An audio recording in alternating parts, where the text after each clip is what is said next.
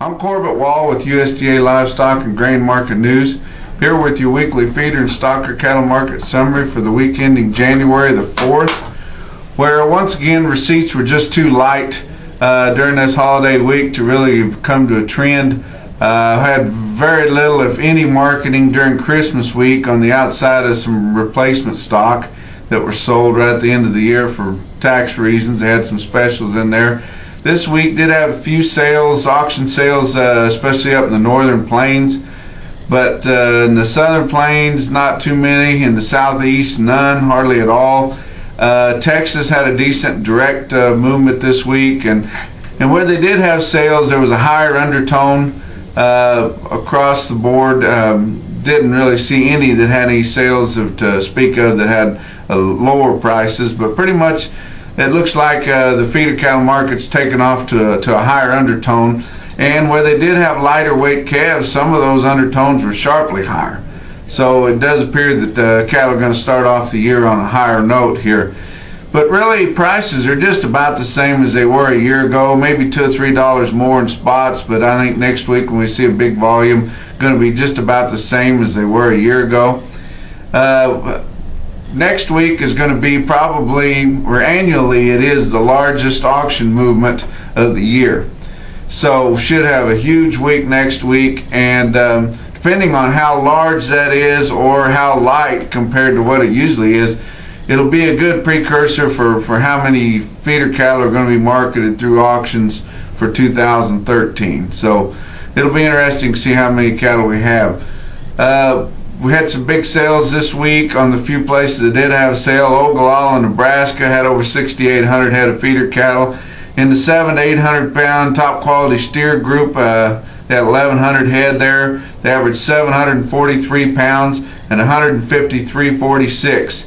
Had some fancy heifers, replacement quality types, lighter weights, 550 to 600 pounds, and those averaged over $1,050 per head.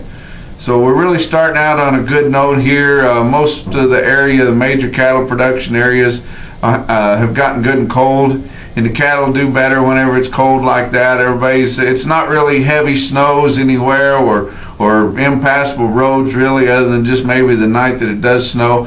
But for the most part, we've got good cattle weather, just good, cold, clear, and cattle are moving and selling awful well.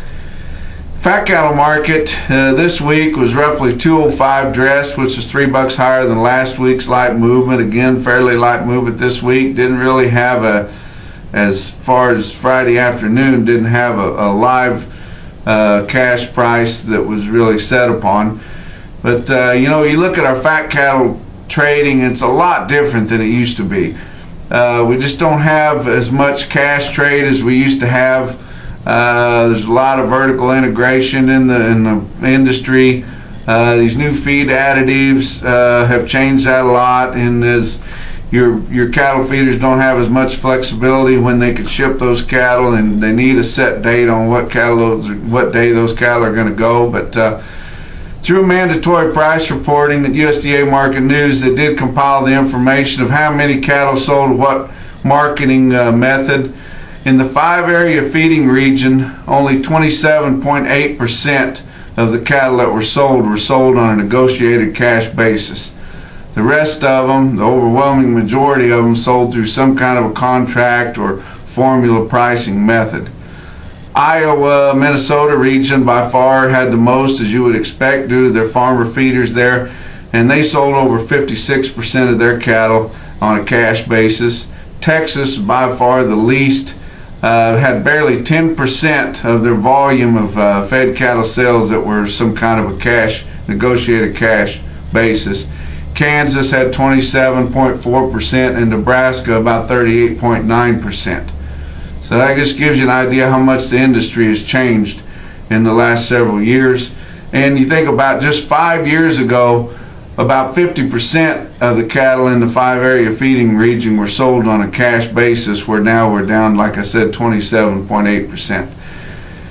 Your regional weighted averages this week in the north central states, 800 to 900 pound steer cost you $146.77 compared to $146.35 last week and $143.04 a year ago. Down the South Central states, 7 to 800 pound steer cost you $148.44 compared to $147.07 last week and $145.86 a year ago. Down the Southeast, 5 to 600 pound steer cost you $148.30 compared to $150.42 before the holidays and $145.83 a year ago. That wraps up your feeder summary for this week. Check out our website for more market information at marketnews.usda.gov. And from the Regional Market News Office in St. Joe, Missouri, we'll talk to you next week.